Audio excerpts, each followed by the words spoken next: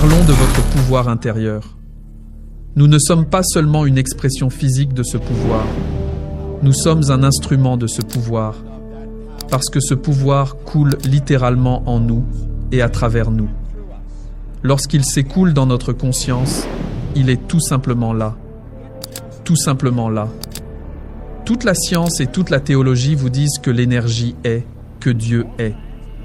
Ils ne sont ni créés ni détruits, ils sont la cause et l'effet de leur propre existence. Ils sont présents à 100% en tout lieu et à tout moment, omniscients et tout-puissants. Vous voyez, les connaissances qui nous ont permis de nous élever dans les airs ont toujours été là. Nous n'avons pas créé quelque chose à partir de rien, nous avons simplement appris à utiliser ce qui était déjà là. Une personne qui gagne 25 000 $ par an ne gagne pas 25 000 $ par an parce qu'elle veut 25 000 $ par an. Elle gagne 25 000 $ par an parce qu'elle ne sait pas encore comment en gagner 50 000. Toute personne présente ici peut devenir financièrement indépendante. Il n'y a pas de secret.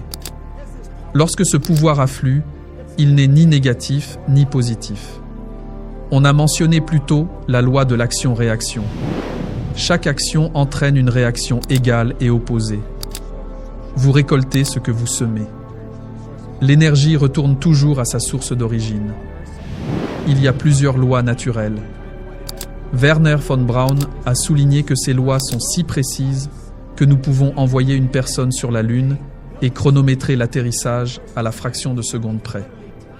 Ces lois doivent avoir été établies par quelqu'un. La loi à laquelle je fais référence ici n'est pas celle de la cause et de l'effet, ni celle de la semence et de la récolte, mais celle de la clarté ou des contraires. Chaque chose a un opposé. Un livre a un recto et un verso, une droite et une gauche, un haut et un bas, un intérieur et un extérieur. Si vous découpez le côté droit du livre, vous éliminez également le côté gauche. Rien de compliqué, mais beaucoup ne comprennent pas cela. Nous utiliserons ces deux symboles pour illustrer la loi des contraires. Et vous savez, lorsque ce pouvoir coule en nous, nous pouvons en faire ce que nous voulons. Vous pouvez vous asseoir là, vous pouvez utiliser votre esprit intellectuel et activer vos facultés supérieures. Je ne parle pas ici des facteurs sensoriels. Je parle de vos facultés supérieures. Avec ces facultés, vous pouvez créer le début de n'importe quoi, car vous êtes un être créatif. Archibald MacLeish, dans sa pièce « Le secret de la liberté », a fait dire à un personnage que la seule chose qui distingue l'homme est son esprit. Tout le reste se trouve chez un cochon ou un cheval. Il avait raison. Vous avez des facultés merveilleuses. Il n'y a qu'une seule source d'approvisionnement, un message transmis par tous les grands enseignants depuis 6000 ans. Si nous écoutons attentivement, nous comprendrions. Tout commence par l'image que nous construisons dans notre esprit. Savez-vous quel est notre problème ? Lorsque nous construisons ce genre d'image, nous disons instantanément que nous ne pouvons pas le faire si cela dépasse de loin les résultats que nous obtenons. Vous ne seriez pas en mesure d'obtenir l'image si vous ne pouviez pas le faire. Vous pouvez faire tout ce que vous voulez. Accroché à votre esprit conscient, comme de petites antennes, vous avez des facteurs sensoriels.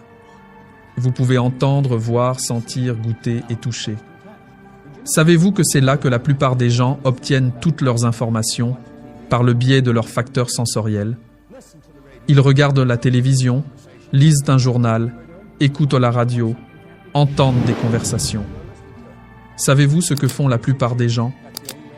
Ils expliquent pourquoi quelque chose ne peut pas être fait. Et nous les écoutons. Savez-vous que pendant 26 ans, c'est la seule façon dont je me suis orienté? Je faisais ce que les autres faisaient. Quand j'avais 17 ans, on m'a dit qu'on s'engageait dans la marine. Tu viens ?